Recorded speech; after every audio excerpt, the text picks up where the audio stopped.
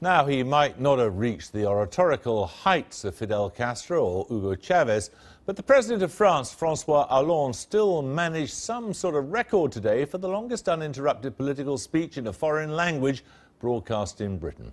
Doubtless there were many here who were desperate to hear his sloganising about the French economy, but even the eyes of some of the lapdogs in the French media glazed over. As to the reason the rest of the world was interested, well, as he put it, private matters should be dealt with privately. It was a very French affair in every sense. Alan Little is in Paris.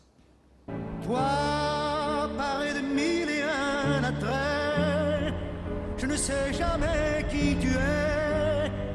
Tu changes si souvent de visage. What is it about the French?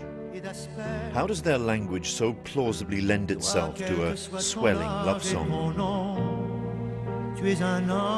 How has Paris so successfully established itself as the global capital of the common human heart?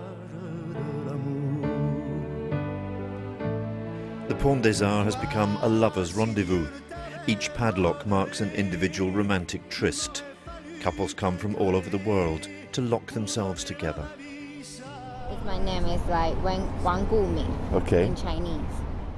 In a movie, you can see, we can saw a lot of movies talking about love in Paris. And midnight in Paris is really romantic. Is it the most romantic city you've been in? I think it is. But France's relationship with love and sex runs deep.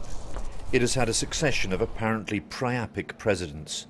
François Mitterrand's romantic double life was an open secret among the Parisian elite. Jacques Chirac's formidable wife Bernadette knew about her husband's liaisons and bore it and even acknowledged it. But the French public looked the other way. Why? Why until now has there been no salacious public prurience? There certainly would have been in Britain. When I was living here as the BBC's Paris correspondent, a French friend of mine, a newspaper journalist, explained very patiently and with a little bit of disdain the difference as he saw it between the British and the French. You British, he said, are obsessed with the love lives of the famous because you lack finesse in your own, and you disguise this with your excellent British humour. That's the difference between us. We French, he said, are good at love. And you British are good at comedy. We are sensual, sexy, and you are really very funny. It's been a long tradition that public figures are entitled to their private life. And there are laws protecting their privacy, very, very strict laws actually, which limits the scope of the media, of course, work. We can be sued very easily for breach of privacy of public figures. And actually the first reactions to François Hollande's present problems was unanimous in political establishment. All politicians of all sides immediately reacted, saying, you know, he is entitled to his private life. François Hollande is a graduate of the École Nationale d'Administration, ENA, which, like the Sorbonne here in Paris, is an elite institution that trains many of France's future leaders. It's often argued that the French ruling elite is a pretty homogeneous group of people, that they're drawn from a very narrow sector of society. They went to the same elite universities like this one, where they were groomed for high-status, high-powered lives. And that this is why newspaper editors, senior politicians, civil servants, industry chiefs are connected to each other through a network of lifelong loyalties and old friendships. And that this explains why the sexual peccadillos of previous presidents stayed out of the news. Is it true? Well, in a press conference lasting more than 2 hours today, François Hollande was asked only 4 times about his private life. He gave them nothing. Dans sa vie personnelle, peut traverser des épreuves. Everyone in their private life goes through difficult periods. It's true, these are difficult moments. But I have one principle. Private matters should be dealt with privately. That's the same for everyone concerned. He talked instead about the dire state of the French economy. Some here believe this is the real reason that the old French privacy taboo has collapsed on him.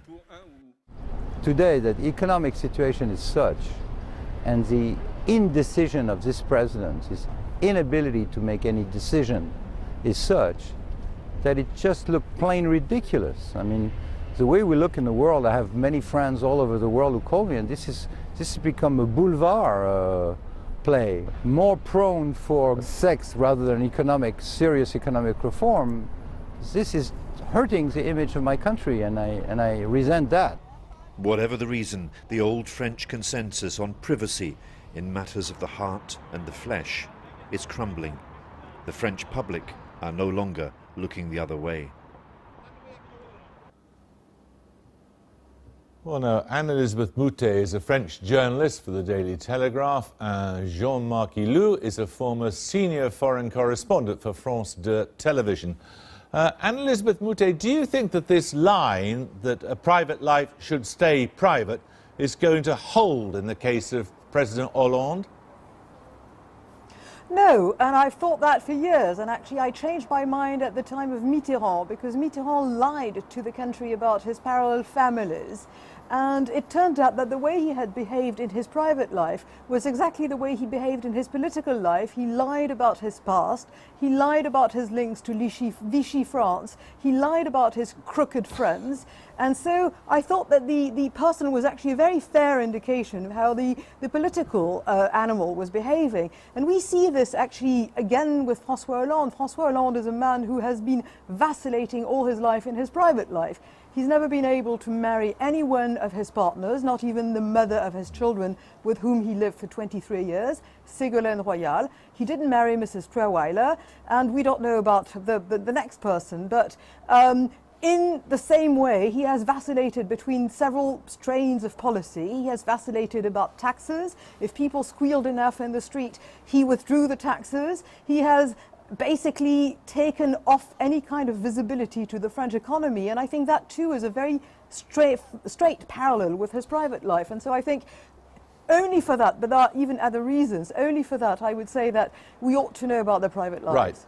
Right. Jean-Marc Hilou, why do the French have this belief that a private life must stay private in a public figure? Well, you see, the French do not like prying. They do not like prying in their private lives. They do not like prying in their bank accounts. And this habit of considering that people that do not have mistresses are not successful in politics. This is what a diplomat friend of mine was telling me this morning. He said 2 French politicians did not have mistresses. They were not re-elected. The last one was Prime Minister Balladur, and the other one was Louis XVI, who met the guillotine. The argument, of course, is that the way a person behaves in their private life, whether they honour their marriage vows, whether they make marriage vows, are very often indicative of how they will behave in their public life, and therefore whether the public can trust them. Why do you disregard that argument? You see, it's not totally disregarded. I think there's a lot which is true in what Anne-Elisabeth said.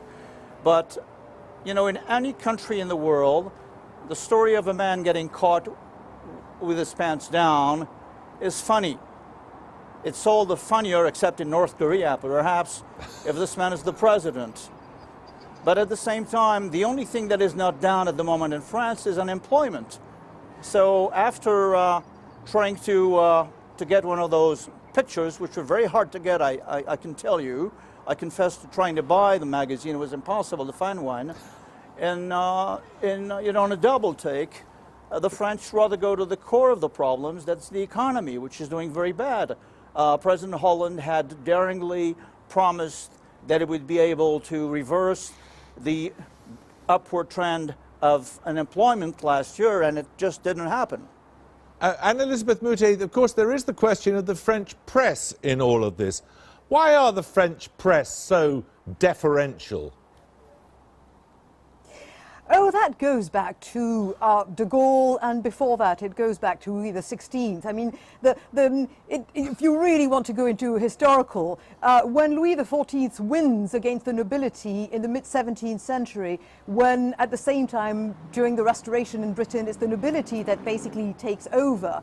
On the one hand you've got an absolute monarch, and on the other you've got an oligarchy which is slightly different. So there's a very long tradition.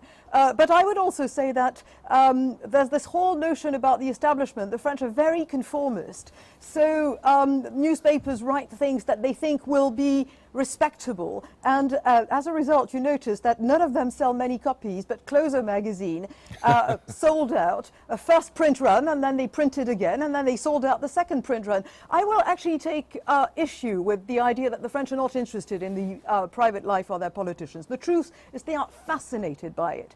The truth is that when it was Mitterrand's daughter, everybody was talking about it, and in this case, everybody is talking about this. And I think the French have got this sort of two-faced attitude to it. They will not own up to it, but the truth is that they will even judge their politicians because of their private lives. They judge Sarkozy because of his private life, and I think they will judge Mr. Hollande also because of his messy private life. Thank you both very much. There's somebody shouting in my ear that we have to move on, but thank you both very much for now. Thank you.